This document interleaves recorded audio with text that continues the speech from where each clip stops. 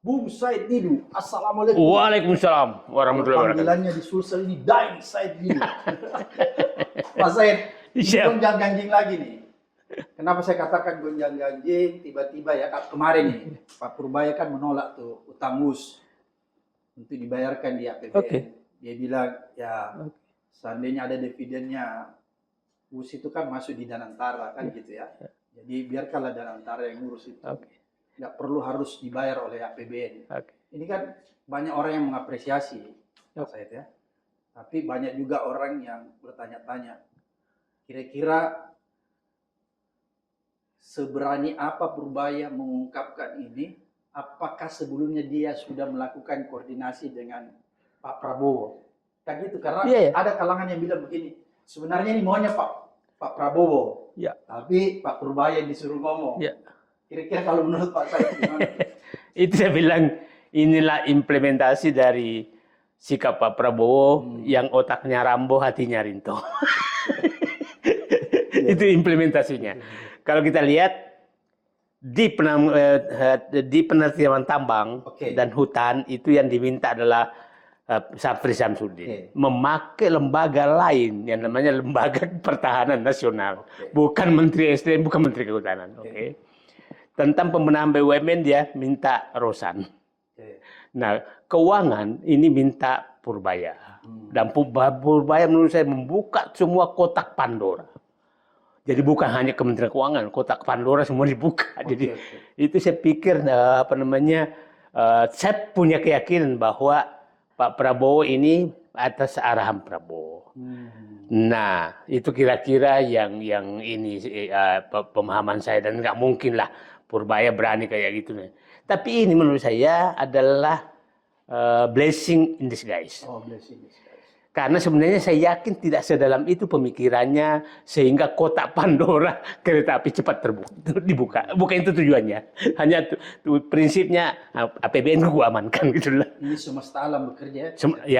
Semesta alam bekerja. Pak Said, bagaimana sih sebenarnya modus-modus yang terjadi di kereta api cepat Indonesia Cina ini? Sebelum itu saya ingin menggunakan meja ini nanti untuk membahas semua modus korupsi yang dilakukan selama Joko Widodo. Tapi mungkin akan bertahap. Us dulu.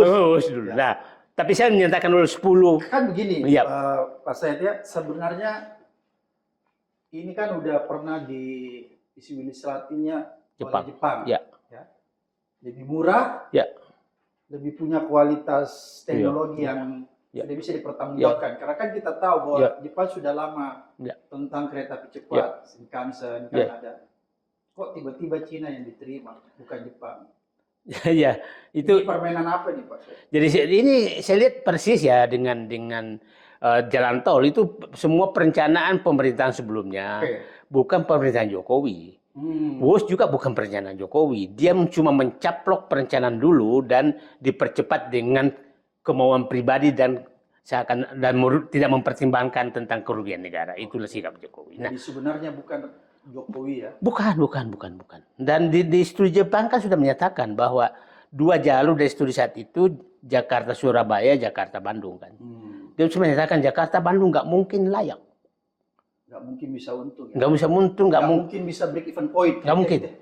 Malah dengan suku bunga 0,1% pun dibutuhkan bahwa negara ikut investasi dan tidak diperhitungkan ke dalam aset kereta api cepat milik negara sehingga menjadi layak kan. Nah, tapi kan datang Cina kan dengan menyatakan dulu kan Jepang kalau nggak salah menyatakan 6,1 miliar dolar. Datang Jepang menyatakan saya cuma 5 miliar dolar. Yang perlu ini Pak Baram, siapa yang membawa Cina? Siapa? Nah, kita tahu yang selama ini yang dekat sekali ditugaskan atau menugaskan diri atau berinisiatif untuk penghubung Cina kan Luhut. Luhut mediator. Dari dulu kan dia selalu memasang badan untuk ditugaskan atau menugaskan diri atau inisiatif, saya nggak tahu. Nah, terus Rini Suwandi. Nah, jadi meja ini saya katakan ingin saya gunakan untuk kira-kira karena ini bekas ketua KPK. Kalau saya udah mau ngomong di sini tinggal nangkap doang. Karena kita akan lanjutkan ke KPK. Ya, kita menyampaikan pelanggaran hukumnya apa. kemudian kerugian negaranya apa, dan siapa biang keroknya. Nah, jadi tinggal. Nah, sekarang begini. Yang pertama, pelanggaran hukum yang kita harus cek. Siapa yang mengusulkan Cina mengganti Jepang dan langsung seakan-akan menurunkan biaya. Rekayasa apa yang terjadi di sini? Nah, kita harus, Pak Abraham, ini selalu jebakan Cina ke negara manapun di seluruh dunia. Seperti ini. Di Afrika juga ya. Di Afrika. Itu adalah G2B. G dari negara penerima, government. Dia hanya memasang B. BUMN-nya Cina. Oke, kalau Jepang konsepnya G2G. G2G. Ya, government to government. Government to government. Oke. Nah, ini selalu Cina G2B. Nah, oke, kita masuk dulu. Siapa yang mengubah itu? Pindah dari Cina, Jepang ke Cina. Siapa, harus dibuka semua dokumennya. Siapa yang menyatakan bahwa Cina tidak minta jaminan pemerintah? Siapa yang menyatakan bahwa ini B2B? Di proposal awal untuk mengusir Jepang. Ini persoalan hukum dulu. Oke. Yang kedua, setelah itu, setelah masuk, siapa, dan dibikinlah dulu tuh studi abal-abal oleh Rini Suwandi. Studi abal-abal itu begini. Nah, Pak Abraham sama tahu sekarang supaya publik paham secara detail. Tempat pemberhentian dulu rencananya itu di Walini. Agar tidak masukkanlah harga tanah PTPN naik supaya dimasukkan sebagai pendapatan tambahan. Sehingga layak, seakan-akan layak. Ya. Setelah itu, saya yakin ada lobby. Dulu tuh juga direncanakan di Meikarta berhenti. Ingat proyek Meikarta? Ya. Punya Lipo. Oke. Nah, datang semua menteri-menteri itu termasuk Luhut. Ya kan? Nah, Luhut, Zulkifli Hasan, banyak menteri datang, inilah kota paling. Itu semua lobby kayak gitu. Nah, ini kita buka semua lah di meja ini. Jadi ada peran oligarki. Ada peran oligarki. Nah, setelah itu batal Walini pindah ke Kota Baru Parahyangan, tempat berhentinya. Pada Larang. Ya. Sebenarnya itu Tegal Luar itu Agung Podomoro. Ya. Siapa yang melobi sehingga yang menikmati ujung kereta apinya adalah oligarki dan menggeser BUMN. Oligarki kelompoknya siapa nih? Ya, biar oligarki kelompoknya geng SOP lah, Solo oligarki Parcok itulah. Nah, ini kan kita harus periksa semua. Itu terhadap studi kelayakan. Nah, apakah karena studi pemindahan dari Walini berhenti di Kota Baru Parahyangan dan Tegal Luar menyebabkan harga naik? Nah, iya kan? Karena kita tahu bahwa ini kan terjadi kenaikan harga dari 5 miliar dolar menjadi sekitar 7,1 miliar dolar. Nah, 2 miliar dolar dari itu saja. Nah, artinya kalau ini karena lobby, karena itu menyebabkan itu naik, itu enggak. Itu saya belum masuk terhadap satuan per kilometernya. Studi yang disampaikan orang bahwa Cina dengan spesifikasi kereta yang sama di luar negeri, di berbagai negara, itu biayanya hanya sekitar rata-rata 16 juta dolar per kilometer. 17 sampai 18 juta dolar. Kita 45 kan? Nah, ini yang harus diperiksa. Oke. Katanya hampir sampai 52. 52 juta dolar. Ya. Coba bayangkan 18 ke 52. Luar biasa markup-nya. Nah, sekarang markup itu siapa yang menyetujui? Siapa yang menghitung? Nah, Pak Luhut menyatakan sudah melibatkan BPKP. Kita tahulah BPKP. Semua bisa disetir. Semua bisa disetir. Nah, ini harus dibuka semua. Nah, sekarang lagi rajin sekali membuat narasi baru bahwa ini bukan proyek pemerintah. Katanya B2B. B2B. Padahal itu omong-omong ya? Omong-omong. Itu dua kali impres loh. Pepres 107 tahun 2015. Ya. jelas menyebutkan bahwa ini penugasan pemerintah kepada konsorsium BUMN yang awalnya dibentuk oleh ini Wijaya Karya. Berarti G2G Ya, ya? nah itu pemerintah menugaskan. Nah, Pak Brangsam, di Undang-Undang BUMN menyatakan, masih hafal saya pasalnya, pasal 66, menyatakan apabila pemerintah menugaskan ke BUMN terhadap proyek yang tidak layak, maka pemerintah wajib mengganti semua biayanya ditambah margin yang layak. Nah, ini Pak Purbaya harus baca. Nah, itu kewajiban pemerintah karena penugasan. Karena ini penugasan, jelas-jelas ada tertulis penugasannya. Nah, Impres yang kedua nomor 93 2021 yang menugaskan Luhut Binsar Panjaitan menjadi tim komite kereta api cepat. Anggotanya Rini Suwandi, kemudian Menteri Keuangan dan Menteri Perhubungan Budi Karya Sumadi, berempat. Apa tugasnya di situ? Pak Jokowi sudah menyadari, ini tolong periksa penjaminan pemerintah, udah diminta menjamin pemerintah. Yang kedua, tolong periksa berapa pantasnya kenaikan harga. Tolong periksa bentuk jaminan pemerintah seperti apa. Tolong periksa berapa bantuan negara kepada BUMN untuk melanjutkan proyek ini. Itu clear tugasnya. Nah, pertanyaannya, kita tidak pernah mendengarkan komite ini laporannya seperti apa. Nah, diperiksa juga bunganya kenapa naik. Nah, yang menarik ya, bunga terhadap dulu Jepang 0,1%, terhadap pinjaman pokok yang belum cost of run, itu jadi 2%, tapi penambahan biaya naik menjadi 3,5%. Ini harus diperiksa semua. Nah, ini menurut saya potensi pelanggaran hukumnya sangat tinggi. Nah, kalau ini tidak ada bentuk tertulis, maka tanggung jawabnya Joko Widodo sebagai inisiator proyek. Tapi kalau atau Pak Luhut tidak melaporkan ke Joko Widodo, maka tanggung jawab tim yang ditugaskan Joko Widodo. Kenapa Anda nggak melaporkan ke Joko Widodo? Tapi saya melihat sekarang, kayaknya Pak Luhut mulai agak lempar bola nih. Dia sudah menyatakan, saya terima proyek ini sudah busuk. Jadi dia mau lempar ke Jokowi. Ke Jokowi. Jadi yang bikin busuk itu adalah Jokowi sama Rini, kira-kira begitulah. Tapi nggak apa-apa, biarin aja, biar kita lihat. Jadi berarti kalau Pak Said lihat itu kan yang tadi Pak Said ceritakan itu modus operandi. Ya. Kemudian kira-kira siapa-siapa orang yang harus bertanggung jawab nih terhadap proyek ini? Kalau ini sangat terang. Sangat terang. Satu Joko Widodo, paling di atas.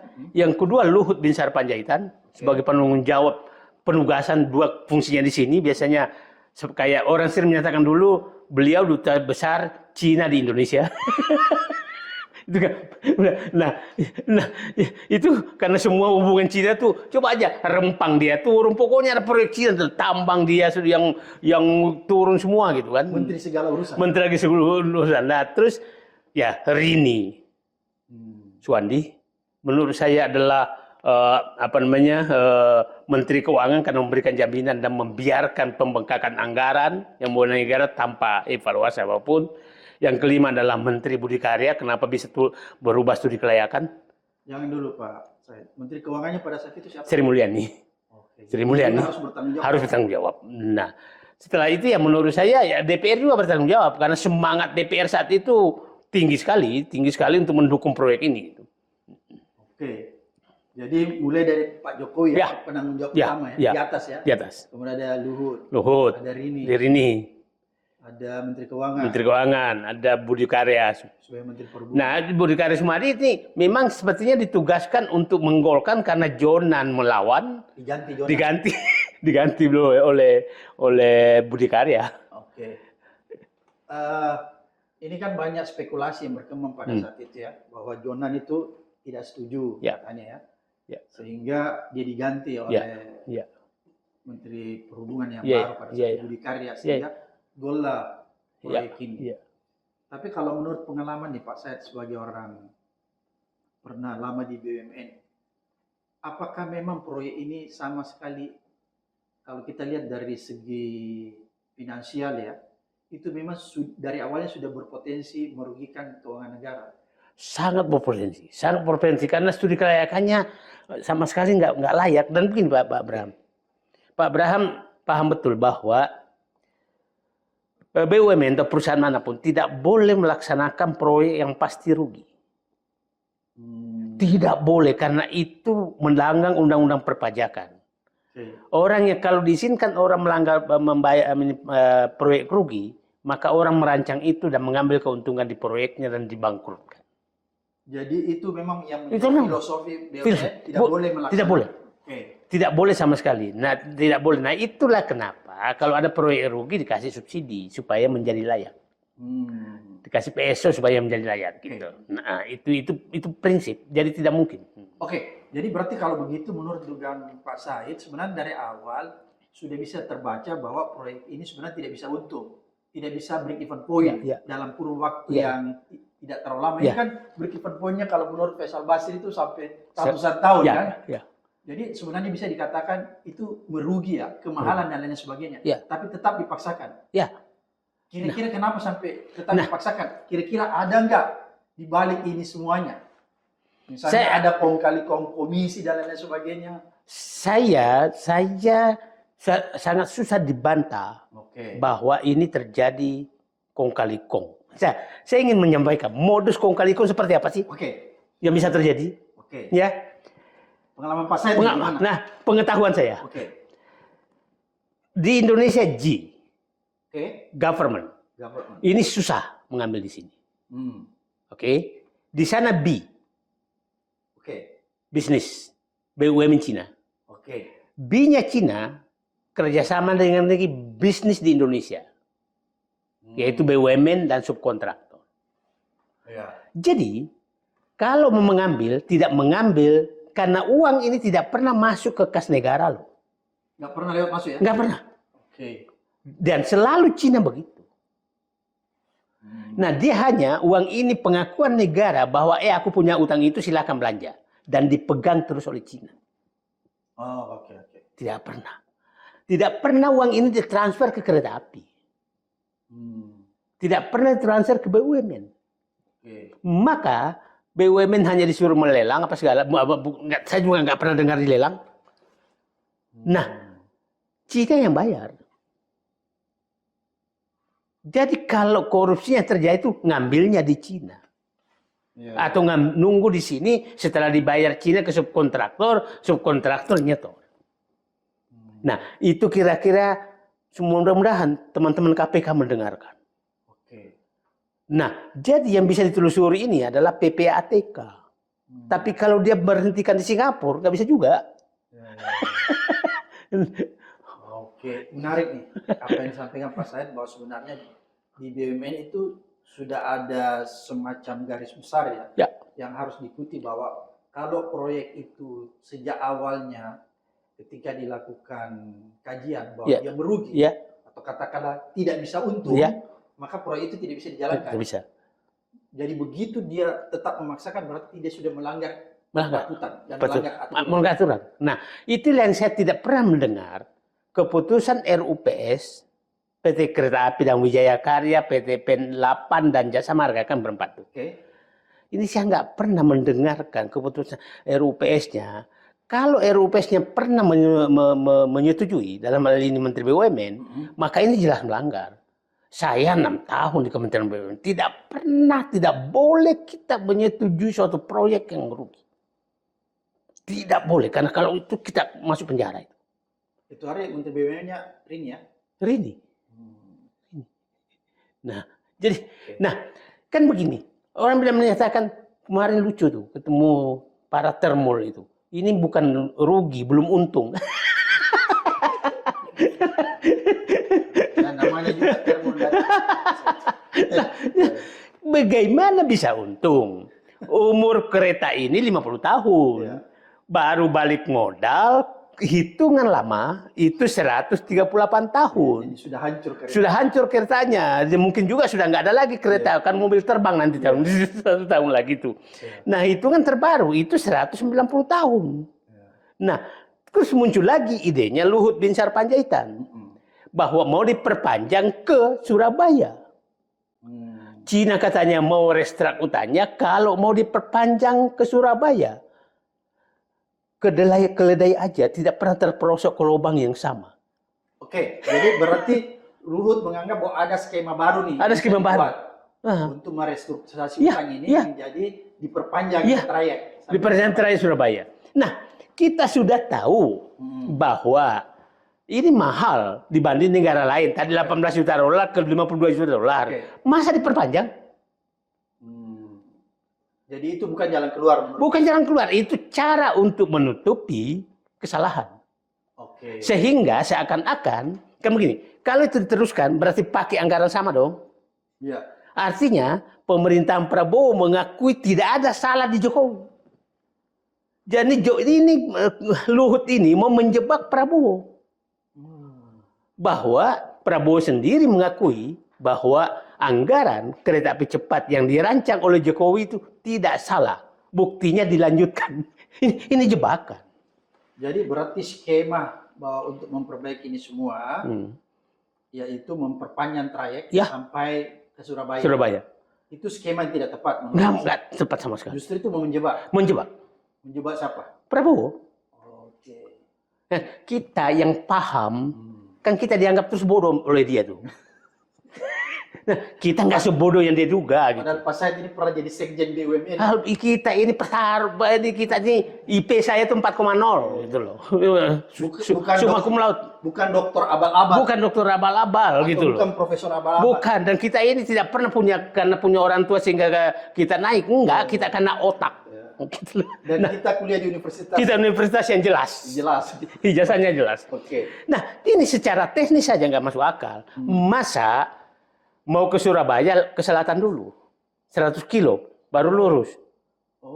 Ya kan kalau Surabaya kan lurus nih ke ini. Nah ini jadi saya bilang nyatakan ide Luhut bin Sarpanjaitan menyatakan bahwa Cina mau restitusi utang kalau jalur diperpanjang dari Jakarta Bandung menjadi Jakarta Bandung Surabaya adalah jebakan.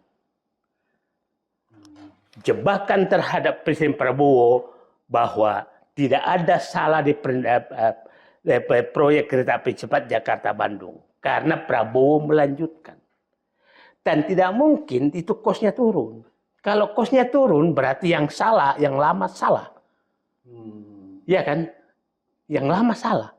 Tidak mungkin bunganya turun karena yang lama salah. Nah, kalau kalau dilanjutkan dan turun, itu artinya yang lama harus masuk penjara dong. Nah, ini jebakan. Kalau begitu menurut Pak Said nih, sebagai orang yang berpengalaman di BUMN, jalan keluarnya ini diapakan? Jalan keluarnya beginilah. Ini tidak mungkin ditutup gitu kan. Kenapa? Karena kalau menurut saya inilah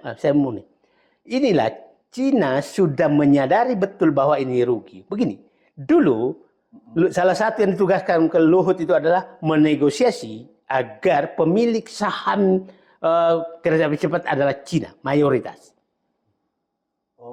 Itu dan itu saya setuju saat itu. Supaya risikonya dia tanggung. Cina nggak mau. Cina nggak mau. Dia tolak ya? Dia tolak. Dia hanya tetap mau minoritas. Dan bersamaan dengan yang sama, dia minta eskalasi harga, dia minta dijamin pemerintah.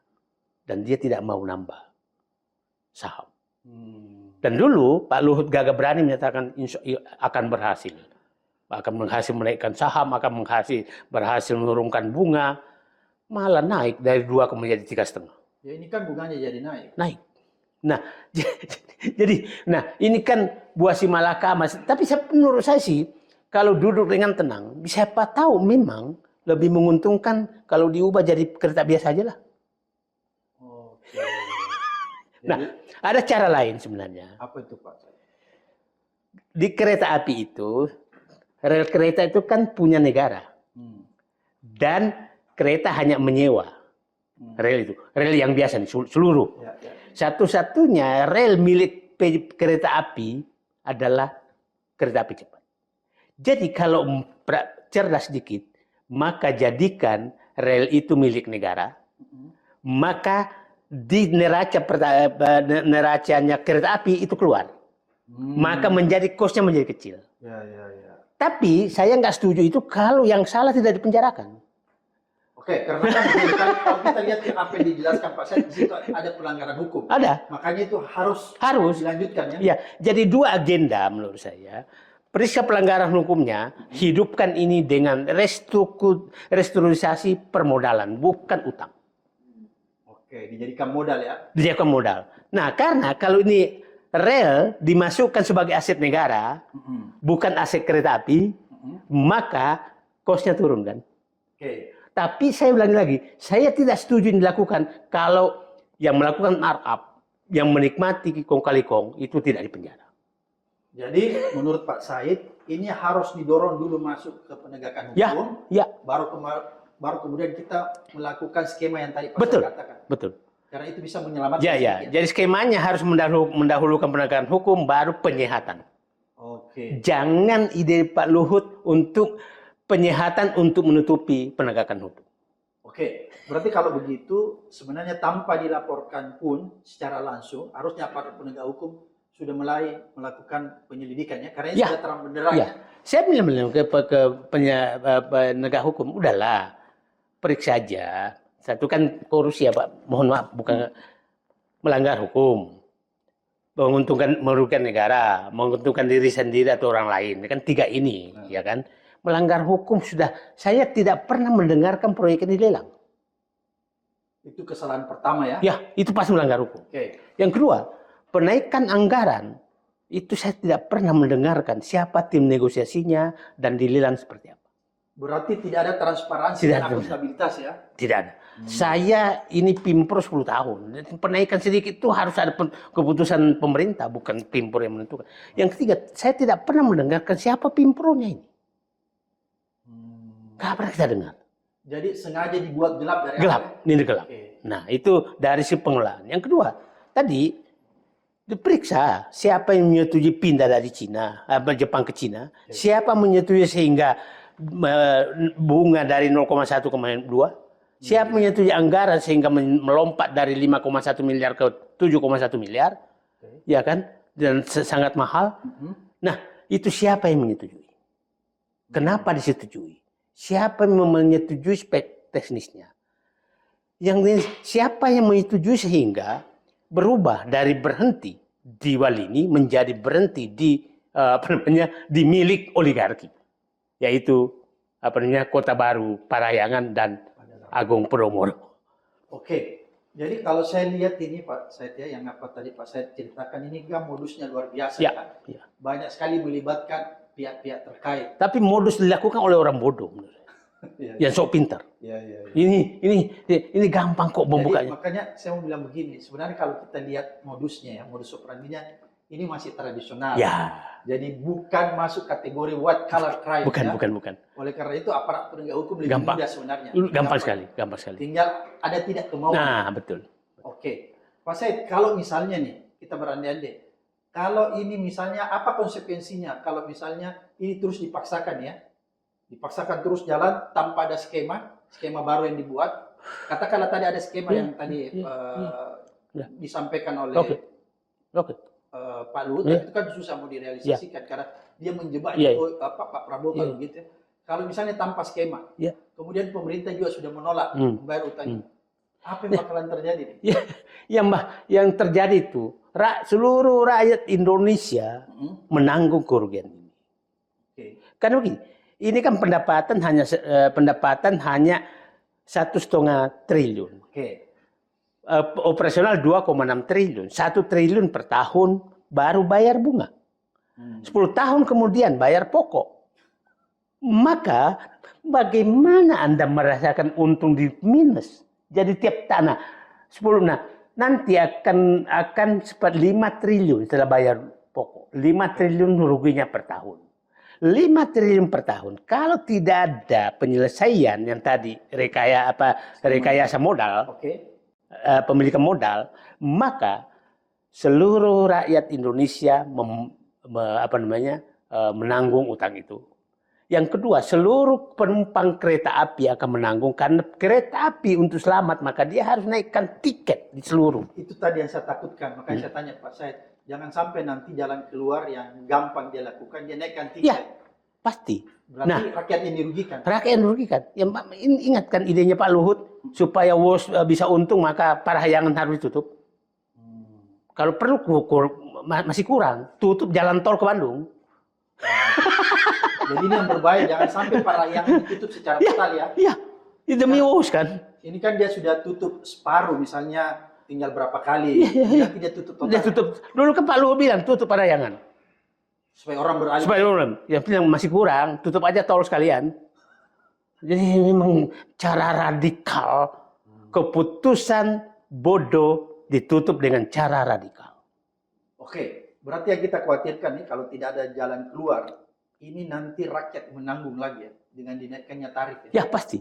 Jadi kita menanggung utang yang mahal, karena itu pasti utang dijamin negara.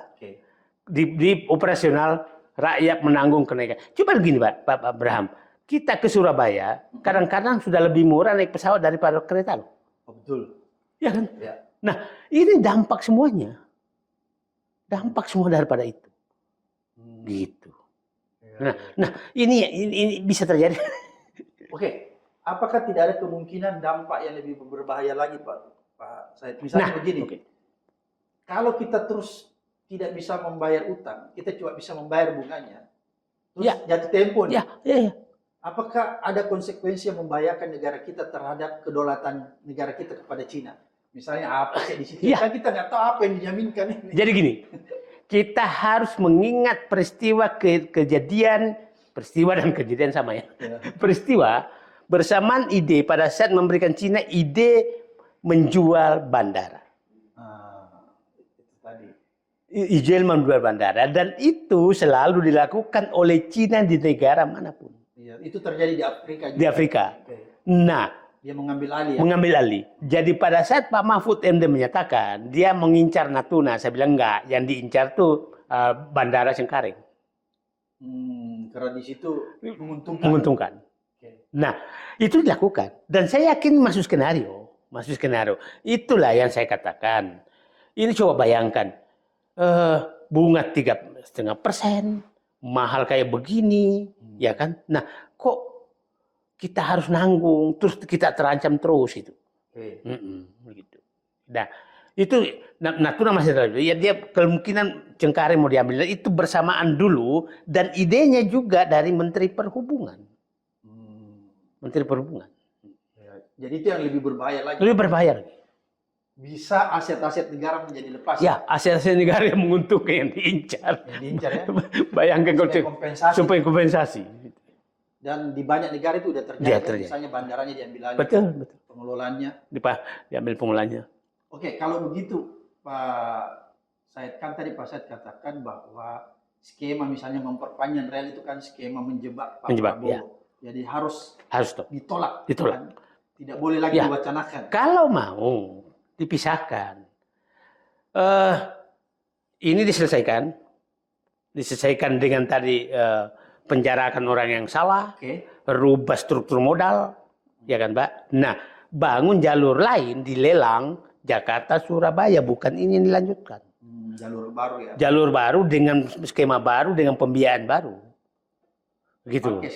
Pakai skemanya Jepang. Itu masih bisa menguntungkan. Tapi beginilah. Di negara manapun tidak ada kereta api cepat untung. Oke, karena begini, pengalaman di negara-negara maju saja Pak Said ya, itu dia tidak mengembangkan kereta api cepat.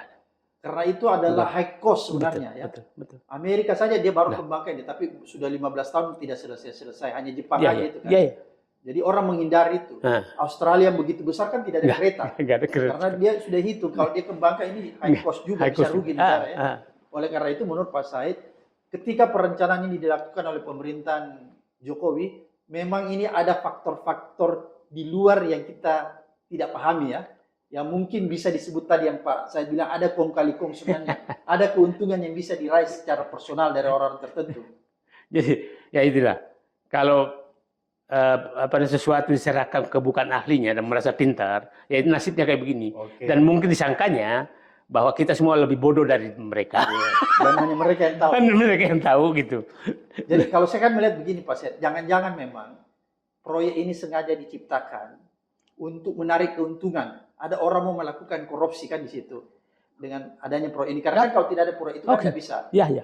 Kira-kira kalau menurut Pak Said, ada nggak dugaan-dugaan ke sana? Saya susah membantah. Saya katakan, ya ini, saya bilang ada 10 modus seperti ini yang dilakukan oleh Joko Widodo. Satu adalah infrastruktur. Jalan tol juga begitu. Jalan tol itu, Pak Abraham, itu anggaran biayanya naik 3 kali lipat sejak Joko Widodo. Biaya pembangunan jalan tol. Dari 80 miliar per kilometer yang dalam kota, sekarang menjadi dalam kota itu 300 miliar per kilometer. Kong kali kongnya di mana di situ? Itu pembelian ruas tol swasta dan mafia tanah. Di situ mainnya ya? Mainnya. Nah, yang kedua, utang. Utang, nanti kita bahas satu-satu seperti ini. Utang itu dari bunga 2% menjadi bunga 7%. Siapa yang menikmati? Nanti kita bahas. Jual beli hukum. Clear sekali siapa yang menikmati. Ini nanti kita bahas juga. Yang keempat, PSN. Proyek strategis nasional. Banyak. Yang kelima, di BUMN. Banyak. Yang kena ekspor impor. Saat Jokowi, semua ekspor melonjak 300%. Gula, garam, beras, 300%. Yang kelima tambang, ini begitu juga. Yang ke-8 pemberian izin lahan hutan selama Presiden Jokowi 6 juta hektar. Itu yang telah ditelusuri. Yang ke-9 adalah bantuan sosial. Bansos kan udah dibuka mulai kan, tapi nggak pernah dibuka. Dan ke-10 adalah COVID. Ini semua proyek-proyek yang harus diperiksa. Harus diperiksa. Nah, saatnya kita bahas satu demi satu di meja ini. Untuk kita, supaya publik tahu apa yang terjadi di semua itu. Modusnya seperti apa. Kita bahas modusnya apa, siapa yang keroknya, kerugian negaranya apa, pelanggar hukumnya apa. Oleh karena itu kalau menurut Pak Said ini harus dibuka supaya kita mengajak publik supaya bisa peduli ya, bahwa ada kerugian negara yang dampaknya juga nanti pada publik sendiri ya. Karena kan kadang publik itu tidak menyadari. Dia pikir wah ini kerugian negara ya dirasakan oleh negara sendiri. Betul. Padahal dia nggak tahu gara-gara kerugian negara dia harus menanggung. Dia nggak pernah. Nah, itu yang kita harus sampaikan ke publik. Jadi saya pikir ini saatnya kita buka 10 modus korupsi Joko Widodo yang harus kita buka. Pak Said yang terakhir, apa yang kita bisa lakukan nih? Apa yang bisa dipetik dari peristiwa WUS? Belum lagi peristiwa-peristiwa lain. Kan kita baru bicara WUS ini, belum yang lain. Apa yang harus segera dilakukan nih? Kalau menurut saya, pemerintahan Prabowo kita harus ingatkan mulai jalur-jalur seperti ini jangan terjebak. IKN juga harus diperiksa juga. Dan menurut saya yang pertama itu Pak Prabowo, yang penting Pak Prabowo jangan mencampuri keinginan rakyat untuk membuka korupsi-korupsi yang terjadi selama Joko Widodo. Itu aja. Jangan menghalangi ya? Jangan menghalangi. Aktif melakukan ya enggak juga, diam aja. Ini urusan penegak hukum dan urusan rakyat. Dan jangan menghalangi penegak hukum. Jangan menghalangi penegak hukum. Biarkan penegak hukum bekerja. Biarkan penegak hukum bekerja. Nah, ya kita hari ini Pak Presiden Prabowo menyaksikan penyerahan 13 triliun sogokan CPO yang Wilmar. Nah itu pengembalian. Dan saya begini, saya kenapa sedih Pak Abraham, betapa yang Pak Jokowi itu merusak banget sekali. Wilmar itu perusahaan dulu yang sangat profesional. Iya betul.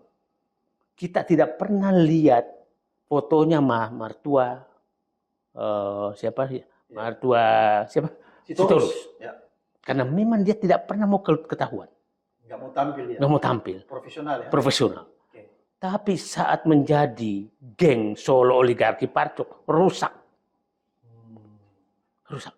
Dan lihat komisarisnya Wilmar setelah Jokowi itu memang dari Parcok dan Parcok dan penegak hukum. Padahal dulu dia bekerja profesional. Sangat profesional. Jadi berarti rejim Jokowi merusak perusahaan-perusahaan yang berprofesional. Profesional. Sama dengan dulu siapa namanya yang Sritex. Sritex kan profesional juga. Dirusak juga oleh Jokowi karena merapat ke dinasti. Jadi itu yang kita ambil hikmahnya. Ya. Bahwa kita jangan lagi terjebak. Jangan terjebak. Nah, ini kita ingatkan Pak Prabowo betul. Jangan sampai terjebak dengan skenario-skenario yang dibikin oleh gengnya Joko Widodo seakan-akan tawaran baik padahal jebakan. Pak Said, yang terakhir, yakinkah Pak Said korupsi-korupsi yang tadi Pak Said ceritakan ini yang terjadi di WUS dan yang lain-lain proyek-proyek di zaman Pak Jokowi ini akan bisa ditindaklanjuti oleh penegak hukum? Yang notabene penegak hukumnya sekarang masih hampir sebagian besar dari peninggalan di zaman. Jadi saya belum yakin karena ini pas 1 tahun menjadi teriak 1 tahun Presiden Prabowo, tapi reformasi Polri masih kayak poco-poco. Itu yang mengurangi keyakinan saya. Oleh karena itu kita harus lihat rakyat. Tapi saya melihat begini, Pak Prabowo itu mendengarkan kok, berbeda dengan Jokowi. Pak Abraham, kita di meja ini kita bahas tentang IKN dia lakukan, kita bahas tentang bahwa PSN cabut, kita bahas bahwa korupsi segera diberantas dia lakukan, kita bahas tentang agar aset-aset negara diambil dilakukan. Jadi menurut saya ada harapan. Tinggal satu aja, kenapa reformasi Polri poco-poco. Luar biasa, terima kasih banyak Pak Syedidun sudah mencerahkan kita ya. Mudah-mudahan mengedukasi semua rakyat agar supaya rakyat mau terlibat, mengadvokasi korupsi-korupsi yang terjadi di era pemerintahan Jokowi agar semua bisa dibuka. Jadi saya memang kalau dengan Pak Abraham Samad kita menggunakan forum ini untuk meluruskan jebakan-jebakan yang seakan-akan itu usulan bagus, padahal kita tahu itu jebakan. Luar biasa. Mudah-mudahan ini mencerahkan Pak Said ya, menuntun orang supaya melihat kebenaran yang ada di depan mata dan sekaligus menuntun pemerintahan Pak Prabowo supaya jangan terjebak. Pak Said, apakah Pak Said ini masih yakin terhadap apa yang akan dilakukan Pak Prabowo ke depan? Melihat situasi di kabinet orang-orang Pak Prabowo ini masih ada orang-orang yang bercokol yang menurut kita ini masih harus diwaspadai. Saya semakin hari semakin melihat bahwa tidak, memang orang-orang menteri yang bekas Jokowi itu berusaha terus menjebak Prabowo. Tadi kita jelaskan tentang bagaimana Luhut menjebak tentang kereta api cepat. Perpanjang. Yang kita menarik ini jebakan-jebakan Bahlil ini hampir tiap hari. Apa itu? Terjadi. Nah, saya baru dapat informasi Bahlil sekarang. Dulu kan Bahlil bersama Pak Luhut sudah berhasil tanda kutip membagi-bagi tambang dengan bungkus hilirisasi. Masuklah tambang Cina semua macam-macam dan hampir habis. Sekarang ada lagi yang lebih menarik. Apa itu modus? Dia membungkus hilirisasi dengan pembangunan pabrik baterai mobil di Indonesia. Saya dapat dan lucunya itu melibatkan perusahaan Cina yang dulu Korea kan, LG mundur. Kemudian dengan Antam Aneka Tambang. Dan menarik, ada namanya mitra lokal. Kenapa harus ada mitra lokal? Nah, mitra lokal. Nah, yang lucu, yang aneh, ini adalah yang membentuk konsorsium itu adalah Bahlil atas nama tim hilirisasi, ketua tim hilirisasi, tidak mengajak Danantara. Bayangkan dia mengatur konsorsiumnya. Jadi inisiatif Bahlil. Inisiatif Bahlil, SK-nya Bahlil. Tanpa melibatkan Danantara. Tanpa melibatkan. Yang menariknya, yang perlu kita curigai, Pak, bukan curigai, harus dicurigai.